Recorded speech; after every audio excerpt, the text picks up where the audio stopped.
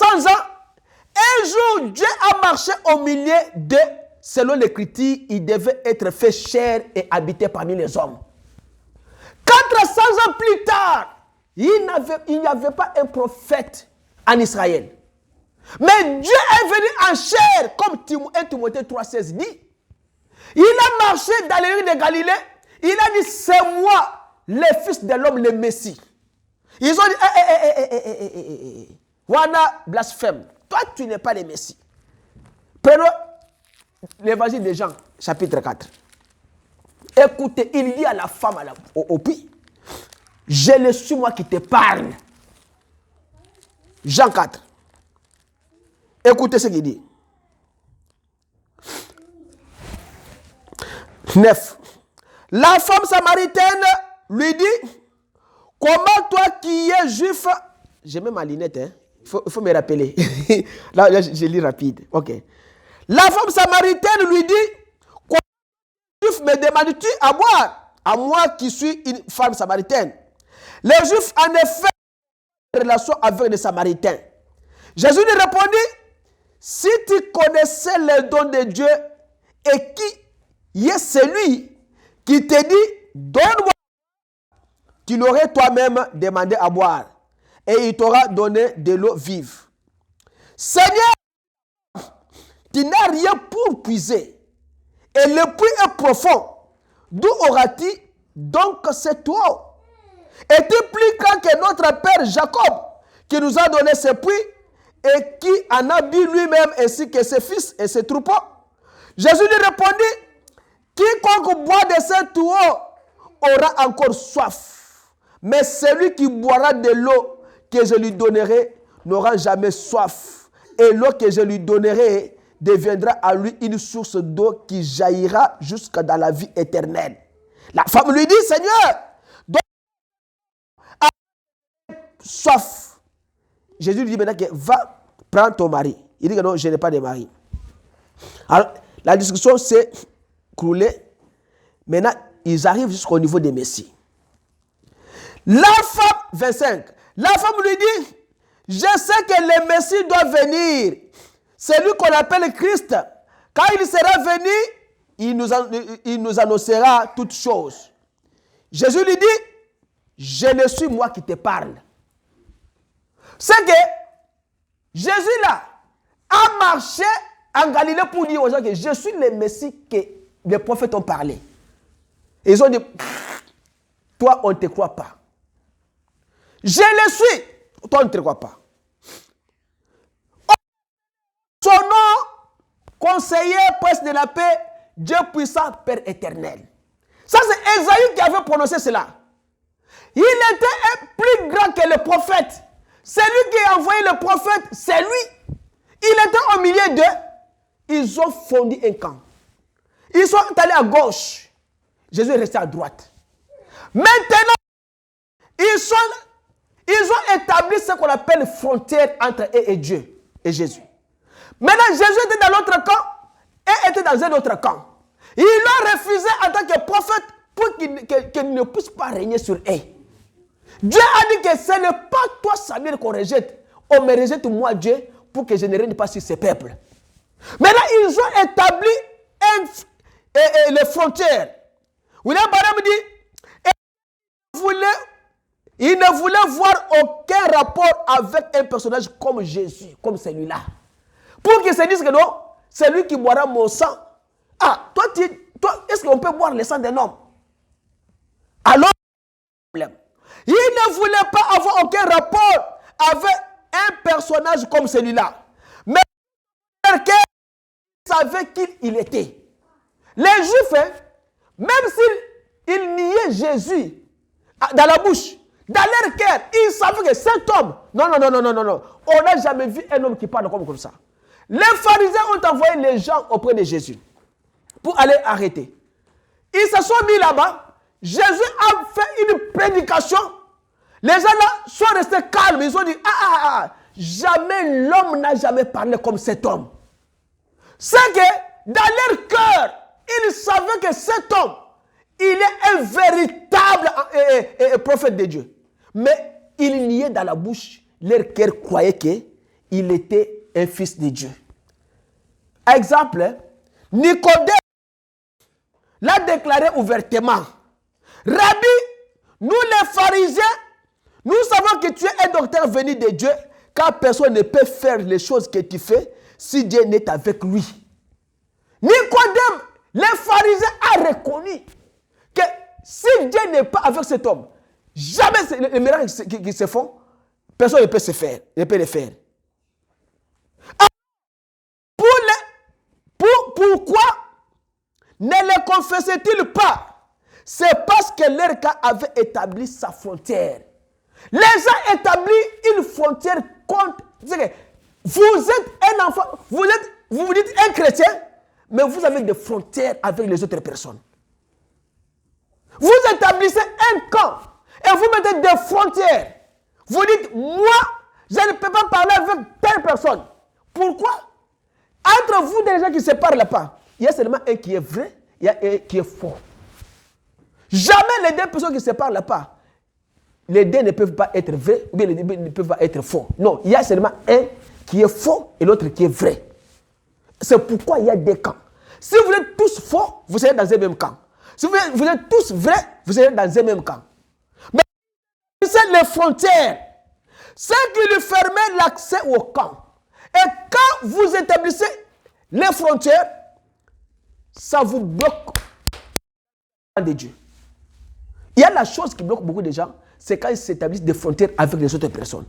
Moi, je ne vais pas communier avec telle personne. Je ne vais pas aller avec telle personne. Je ne peux pas aider quelqu'un.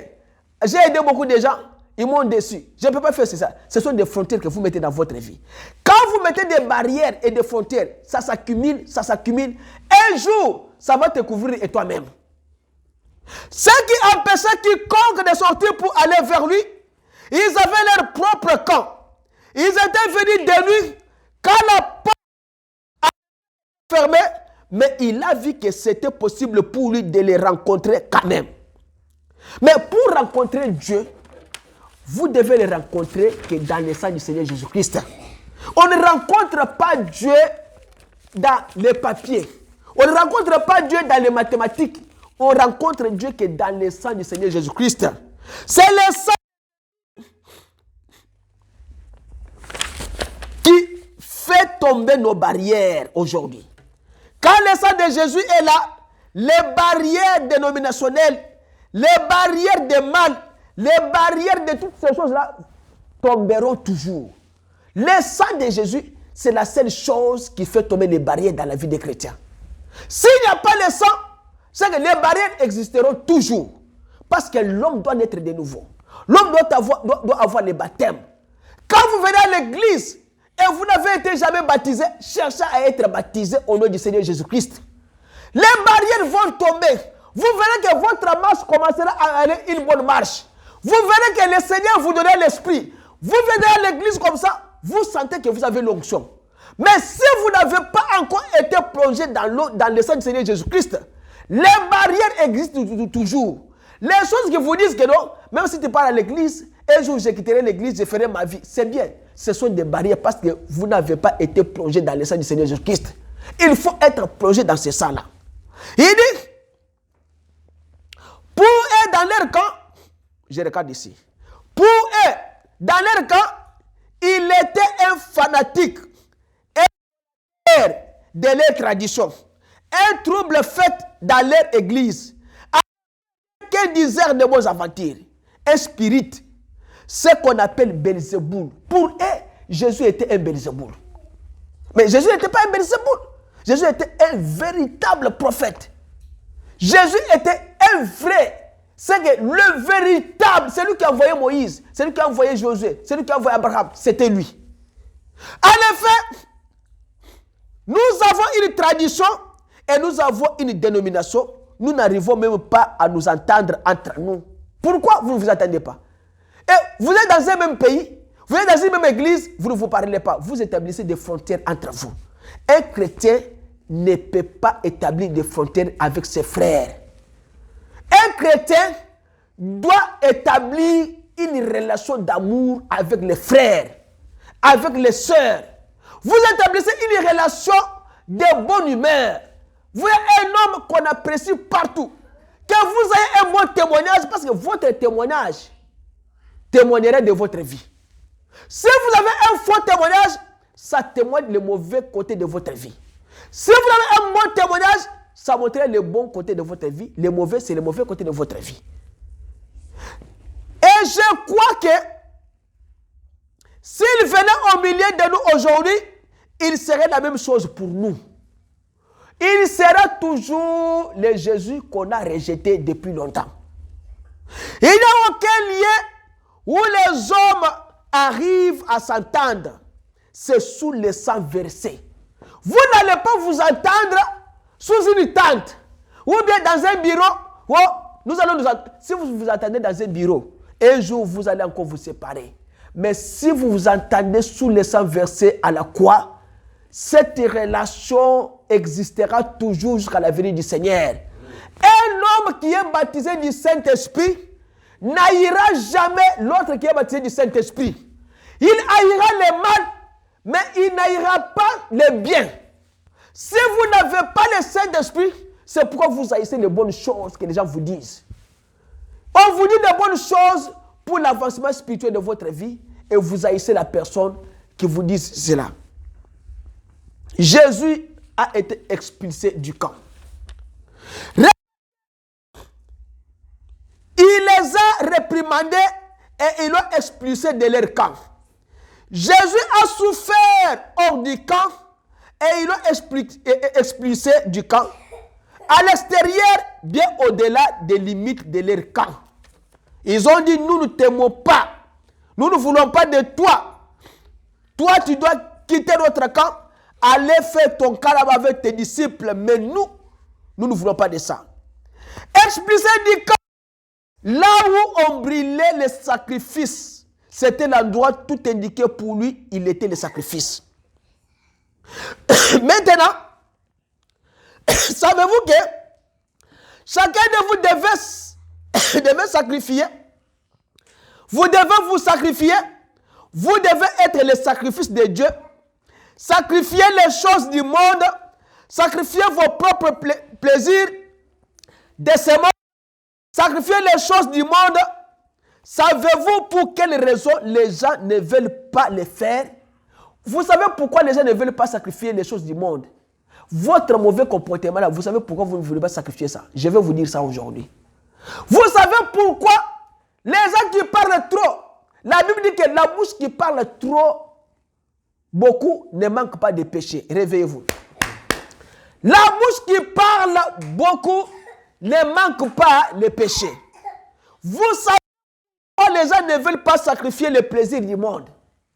Pourquoi les gens ne veulent pas sacrifier les choses du monde? Pourquoi les gens ne veulent pas sacrifier leur comportement? Pourquoi les gens ne veulent pas sacrifier les boissons alcooliques? Pourquoi les gens ne veulent pas sacrifier l'adultère? Pourquoi les gens ne veulent pas sacrifier l'impudicité? Pourquoi les gens ne veulent pas sacrifier leur fétiche pour recevoir Christ? C'est quand un homme a Christ à l'intérieur, c'est ce qui se produit à l'extérieur. C'est pourquoi les gens ne sacrifient pas. Mais un enfant de Dieu, il doit sacrifier cela en fonction de la vie de Dieu qui se trouve en lui. Un jour, même s'il pleuve, qu'il tombe, il va sacrifier cela pour faire sortir ce qui est en lui. C'est pourquoi les gens ne veulent pas sacrifier. C'est parce que ce qui est en eux, c'est ceux qui sont de l'extérieur. Réveillez-vous et contrôlez. C'est ce qui est à l'extérieur, c'est ce qui les rend semblables à Christ à l'extérieur. Ce n'est pas artificiel de fabriquer, c'est une chose originelle et une nature. C'est que un jour, vous allez sacrifier la chose qui est à l'intérieur là, et que vous allez accepter Christ qui se va entrer à l'intérieur. Mais si vous ne parvenez pas à sacrifier la chose qui est à l'intérieur, c'est que cette chose-là, c'est ce qui devient votre maître. C'est ce qui vous domine jusqu'à la fin. Pourquoi les hommes, les femmes ne veulent pas sacrifier leur vie, leur plaisir, leurs choses à Christ. C'est parce que la vie qui est à l'intérieur, c'est cette vie-là qui se manifeste à l'extérieur. Frère lycéen, réveille-toi et contrôle les histoires. C'est pourquoi ils ne peuvent pas sacrifier cela. Parce que c'est une vie qui est à l'intérieur. Mais un jour, quand Christ, la lumière, viendra, frappera dans la sémence qui est à l'intérieur de vous là-bas, cette sémence va sortir. Et comme tu es un enfant de Dieu, quand ton jour viendra, un jour tu vas te réveiller le matin comme ça. Pasteur Berthe, je vais prendre le baptême. Vraiment, j'en ai marre des choses de ce monde. Pasteur Berthe, j'ai vu seulement que cette histoire ici me fait mal, alors il faut que tu pries pour moi. C'est une vie qui commence petit à petit parce que le soleil de la justice a frappé dans la sémence qui est en toi pour que la chose là qui était cachée par les choses du monde là puisse sortir et se manifester. C'est comme ça que la vie chrétienne commencera petit à petit à sortir dans l'homme. C'est pourquoi vous voyez dans une église, il ne faut pas forcer l'homme à aller plus vite. Il ne faut pas forcer les croyants. Toi, tu n'as pas pris le baptême. Et toi, il faut prendre le baptême. Tu es resté toujours comme ça. Ce n'est pas comme ça. Laissez que le soleil de justice frappe la sémence qui est à l'intérieur de la personne et vous verrez comment la personne commence une marche. Parce que quand il commence une marche brutale, il ne doit pas terminer cette marche-là. Mais s'il commence une marche, c'est l'eau, la vie qui est à l'intérieur que Dieu a frappé, la lumière a frappé, vous verrez que l'homme changera du jour au jour. Un enfant ne peut pas faire 2 pas à la fois. L'enfant commencera par s'élever. L'enfant commencera par Kongouluma. Et après s'élever, après faire 1 pas, après faire 2 pas, 3 pas, après courir. C'est ça la vie. C'est pourquoi on ne force personne à l'église de prendre le baptême. On ne peut pas aller dehors capturer les gens qui disent « que l'église ce n'est pas comme ça. Hein. Église, attention, le ministère c'est autre chose et l'église c'est autre chose. Frère lycéen, je t'ai dit de te réveiller. Il faut mets toi-même debout, prends de l'eau, prends même de l'eau. Quand tu prends quelque chose comme ça va te réveiller. Tu es un surveillant ici. Alors, écoutez ce que je vais vous dire. Le ministère, c'est autre chose. L'église, c'est autre chose. N'allez pas dehors là-bas. Forcez les gens, venez chez nous ici. Nous avons la vérité. Notre pasteur prêche bien. C'est un faux débat. Le ministère, quand Dieu l'a mis en toi, Dieu dispose les gens et les peuples qui vont croire dans votre ministère. Dieu ne peut pas vous donner un ministère sans pourtant avoir les peuples qui vont croire dans votre ministère. Mais quand les gens de venir, c'est que vous n'avez pas le ministère. Les ministères, c'est quand les gens vous écoutent prêcher, il y a quelque chose qui les attire. Que cet homme ici prêche la vérité, je vais rester avec lui. Et attention à autre chose. Toute personne qui a un ministère, Dieu lui donne un don. Les dons là que Dieu lui donne, peut-être il donne de la guérison, miracle, ou bien la sagesse, ou bien les dons de la foi. Et tous les 9 dons de l'esprit là, Dieu lui accorde cela. Mais un pasteur qui n'a pas la puissance de prêcher l'évangile et prier que les malades soient guéris, cela veut dire qu'il n'est pas appelé. Il doit avoir une puissance en lui quand il prie et la chose arrive. Parce qu'il a un ministère. Ça doit attirer le peuple. William Branham dit que Dieu lui a donné les dons de discernement de l'esprit et les dons de guérison pour amener le peuple à Christ. Jésus lui-même, sans miracle, on ne pouvait pas le croire. Un prophète, sans la parole prononcée, les choses arrivent, on ne peut pas croire un prophète en Israël. Remarquez tous les prophètes en Israël, ils parlaient et les choses arrivaient, c'est pourquoi le peuple les craignait. Et maintenant, les autorités, par ruse, ils capturaient ces prophètes et ils les tuaient. Mais ici, Jésus surveillait maman de sa peut-être la porte là se ferme des fois dehors. Jésus a dit, William Branham dit, sacrifiez tout. Que Christ se révèle en vous. Que la vie de Christ soit en vous pour se manifester à l'extérieur de votre vie. Et rendre Christ à l'extérieur, ce n'est pas quelque chose d'artificiel, de fabriqué. C'est une chose authentique. Une chose réelle. Parce que la vie là de Jésus était en toi avant la fondation du monde, mais il y avait l'étouffement.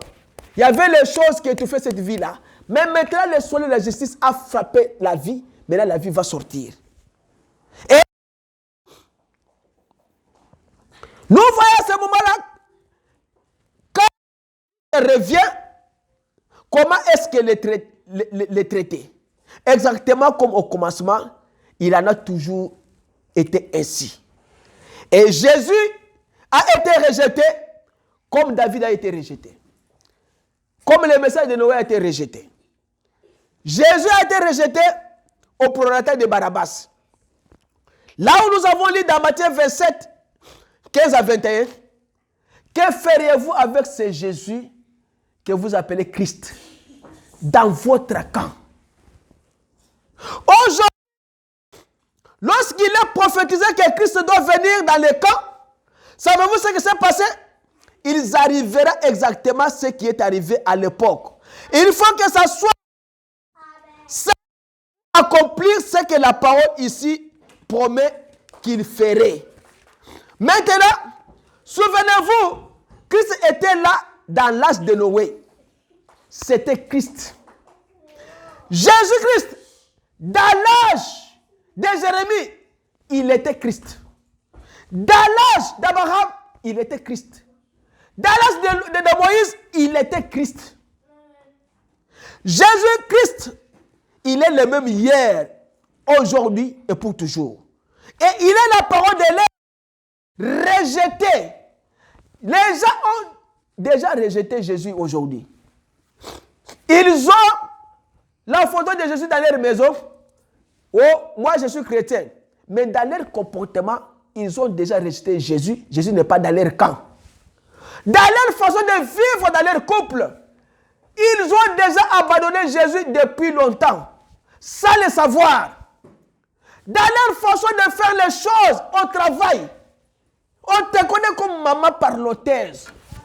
On te connaît comme maman qui fait le bruit. Ah, elle a déjà abandonné Christ depuis longtemps. Elle a déjà abandonné Jésus depuis très longtemps sans le savoir. Il a rejeté Jésus et il a accepté Barabbas. Maintenant, Jésus est en jugement pour terminer. Jésus, dans votre cas, vous allez faire avec Jésus quoi? Et qui choisiriez-vous? Écoutez maintenant ce que William Branham dit. Maintenant, Jésus là, nous le trouvons en ce jour ici, comme la Bible dit qu'il sera expulsé du camp. Aujourd'hui, Jésus est expulsé encore dans les camps par les gens. Quand je parle de Jésus là, je parle de votre vie là que vous ne donnez pas à Christ. Vous vous attendez toujours que je fasse d'abord la vie. Je vais faire d'abord la vie. Je suis encore jeune. Ah, moi jeune comme ça que je puisse embrasser les choses de Dieu. Ah, là que la boîte de nuit, je ne peux pas boire. Hein? Mais il y a des jeunes dans la Bible qui n'ont pas bu. Hein? Il y a les Timothée qui étaient des jeunes qui ont servi Christ. C'est Timothée 23 ans, 24 ans qui a servi Christ. Quand toi tu dis jeune là, tu as quel âge? Peut-être que tu as 26 ans ou bien 27 ans. Mais je vais vous montrer les jeunes dans la Bible, comme Samuel, 10 ans dans les temples, jusqu'à 80 ans à Koufaki. Peut-être c'est à 80 ans combien? Les jeunes. Moi je suis jeune comme ça. Moi je ne peux pas d'abord aller à l'église. Je fais d'abord ma vie. Moi je fais la vie. Vous faites la vie, faites la vie. Mais écoutez, il dit, ces choses-là sont dans les camps aujourd'hui. Les gens ont expulsé Jésus dans les camps aujourd'hui même. En effet, Jésus là demeure toujours les mêmes et la même parole. Les mêmes hier, aujourd'hui et pour toujours.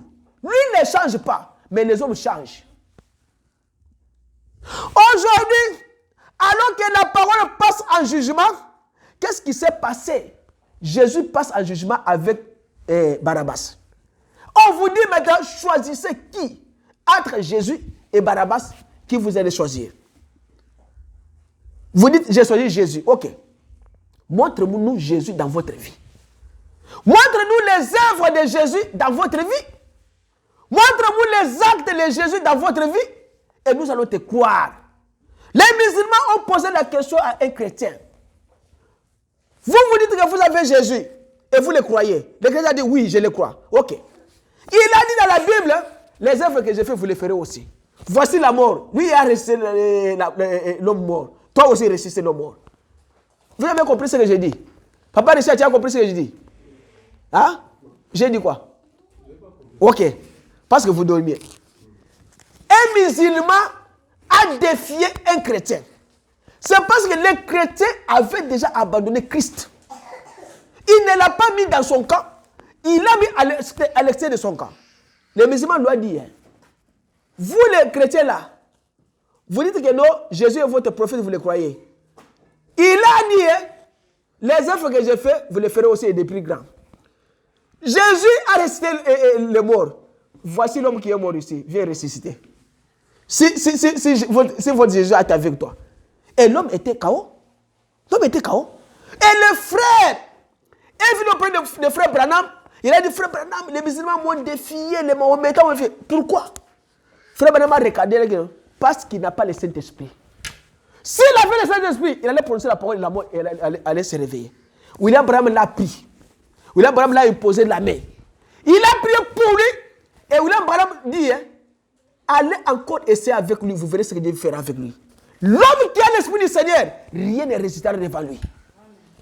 Rien ne résistera. Les musulmans ont défié l'homme. Et quand William Branham l'a imposé la main, il a reçu le Saint-Esprit. William Branham a dit que cet homme que vous voyez ici, allez encore le tester. Vous verrez qu'il n'est pas l'homme qu'il était avant. Et il a pris Christ. Dans son camp, il a inclus là-bas. Ils ont rejeté de nouveau comme il avait fait à l'époque. Et accepté un Barabbas, un meurtrier, plutôt que Christ.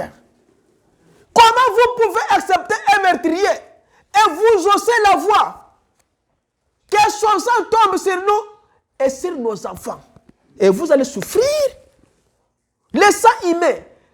Vous savez, Dieu a posé la question à Caïn. Le cri du sang de ton frère est monté sur moi. Le sang humain a un cri. Attention, tu vois quelqu'un? Le sang de son créateur monte jusqu'au niveau de son créateur. Le sang humain a un cri. Ça sonne aux oreilles de Dieu. Ah, vous avez tué quelqu'un. Le sang a sonné. Dieu a posé la question à Caïn. Le cri du sang de ton frère est monté sur moi. Ils ont expulsé Christ. Son sang retombe sur nous et sur nos enfants. Alors, il dit, le conseil fera la même chose. Et aujourd'hui, parce qu'ils ont rejeté la parole et la confirmation parfaite de l'air, ils se sont vendus. Amen. Quand vous expliquez Christ dans votre cas, vous l'avez vendu. Amen. Au prorata de quelque chose de votre... C'est que toi, tu as une vie d'impudicité, tu rejettes Christ, c'est que tu as vendu Christ au prorata de la vie d'impudicité. La chose mauvaise que toi tu aimes là, c'est que tu as vendu Christ pour aller faire ça. Entrer dans la boîte de nuit, voir les femmes nues et les hommes qui se sont transformés comme des femmes. Et tu entres là-bas, tu as vendu Christ. Oui, vous avez vendu Christ. Mais le Dieu qui a accompagné Jésus à cette époque-là, c'est le même Dieu qui vous accompagne aussi aujourd'hui. C'est le même Dieu qui est avec vous aujourd'hui. Il me reste 5 minutes, 6 minutes pour terminer. Il dit, ces gens-là, ils n'avaient pas été destinés à la vie quand ils ont rejeté Christ. Ils régnaient la parole, ils régnaient son baptême, ils régnaient sa puissance, ils régnaient ses signes, et encore une fois, par un credo ou une tradition de porter son col tourné vers l'arrière. Et tout en se forgeant des credos et tout. Ils essayent par de bonnes œuvres. Ils n'avaient pas été destinés à la vie au départ. Dès le départ, c'est le produit de la semence qui est dans l'homme. L'homme qui a la semence de Dieu ne peut pas rejeter Christ. L'homme qui a la semence du diable, automatiquement il va rejeter Christ pour toujours. Et il signe pacte avec Satan pour toujours. Quand vous êtes là, ce n'est pas pour rien que vous êtes là. Parce qu'en vous, il y a la semence de Dieu. La semence du diable ne peut pas écouter la parole de Dieu. La semence du diable refoule. Dès que ça vient, ça refoule. Vous voyez qu'il vient aujourd'hui, demain, moi je ne vais pas ma église, je vais me raconter. Il ne peut pas écouter. Ou bien il vient, il siège avec vous pour vous envoûter. Ou bien il fuit pour toujours. Il peut aussi écouter la parole de Dieu, mais pour vous envoûter, vous faire dormir, vous faire douter de la parole de Dieu. Satan, c'est ça son travail. Il n'avait pas été destiné à la vie au départ.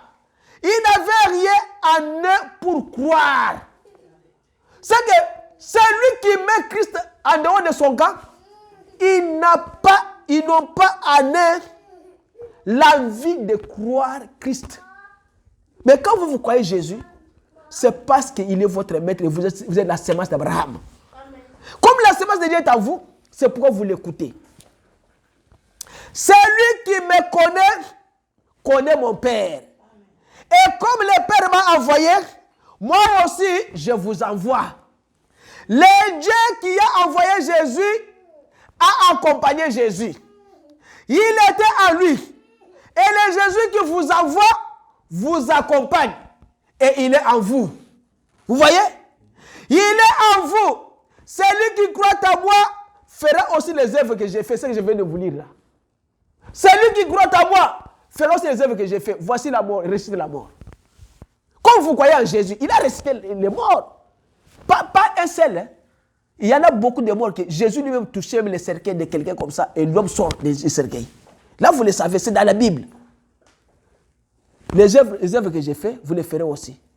Celui qui croit en moi fera les œuvres que j'ai faites. Ça, c'est Jésus qui dit. Allez partout dans le monde et prêchez l'évangile à toute la création. Qu'il soit noir, jaune, blanc, brun. Quoi qu'il soit, voici les signes qui accompagneront ceux qui auront cru. C'est ça le défi des chrétiens. Avoir Jésus dans votre camp, il y a un signe qui te suit. Amen. Ah! S'il n'y a pas un signe qui te suit, c'est que Jésus n'est pas dans votre camp. Voici les signes qui accompagneront. Ça, c'est Marc 16, hein, ce que j'ai lu. Voici les signes qui accompagneront ceux qui auront cru. Jusqu'à où? Partout dans le monde et à toute la création. Allez prêcher l'évangile, baptisez-les au nom du Père, Fils et Saint-Esprit, guérissez les malades. Voici les signes qui accompagneront ceux qui auront cru. C'est que moi, je suis un évangéliste, je pars, je prêche la parole. Maintenant, les signes accompagnent ceux qui auront cru. Bino batu bokondi mele lo bonga na côté bino, bokobik c'est pas malade. Vous comprenez? C'est un prédicateur part, il vous prêche vous l'assemblée. Vous croyez? Les signes vous accompagnent vous. Ce n'est pas lui qui est venu. Parce que lui qui est venu là, les signes l'ont déjà accompagné. Mais là, maintenant, vous qui croyez maintenant, les signes là maintenant vont vous accompagner vous. Allez aussi partout dans le monde, prêchez aussi l'évangile, vous. C'est comme ça que Jésus l'a dit, si les gens ne comprennent pas. Jésus veut dire quoi? Moi j'ai prêché frère Lucien. Frère Lucien c'est déjà un homme sauvé. Là vous devez le savoir. Un homme qui a déjà Dieu à l'intérieur, il est déjà un homme sauvé. Mais là lui, même s'il me quitte, je suis dans la joie parce que je lui ai déjà amené au ciel.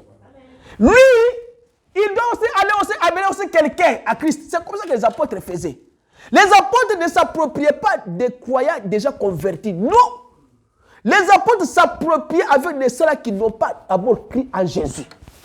Quand Timothée a cru, on a pris Timothée, on l'a mis quelque part dans une église, il a prêché les âmes et les gens s'étaient sauvés.